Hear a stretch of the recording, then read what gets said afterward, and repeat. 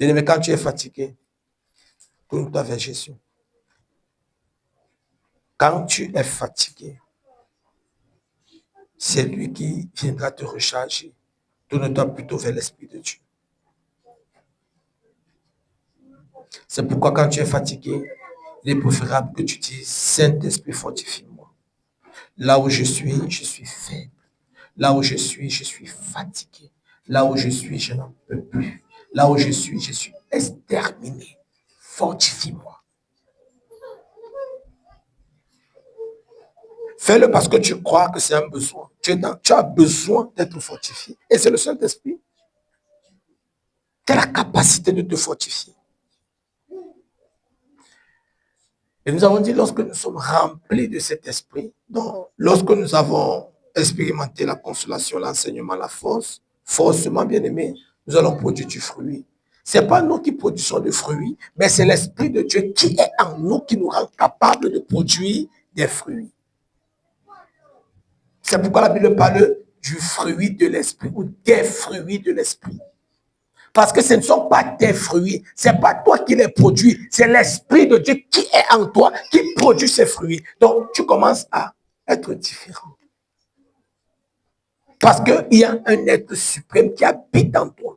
Tu n'es plus le même, tu n'es plus la même, tu es différent. Donc, si tu es dans la maison de Dieu et tu n'as pas changé, ça veut dire que l'Esprit de Dieu n'habite pas encore. Donc, il doit demeurer en toi afin que tu puisses produire du fruit. Et c'est le Saint-Esprit qui fait ça en toi.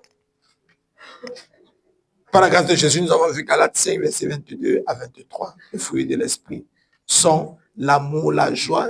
C'est listé. Tu pourras lire à la maison. Donc, sans le Saint-Esprit, tu ne peux pas être amour. Sans le Saint-Esprit, tu ne peux pas être en joie. C'est vrai parce qu'il y aura toujours des situations qui viendront t'attrister.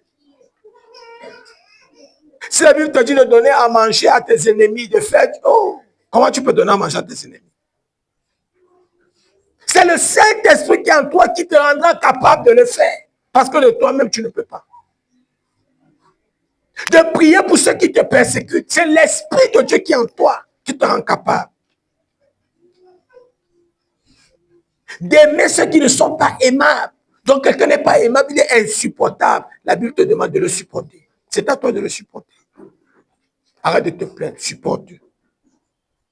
C'est ton devoir, c'est ton rôle. Et pas tes propres fautes, tu ne peux pas. Donc, si tu veux supporter ceux qui ne sont pas aimables par tes propres fautes, tu ne pourras pas. C'est l'Esprit de Dieu qui habite en toi qui te rendra capable. C'est l'Esprit de Dieu.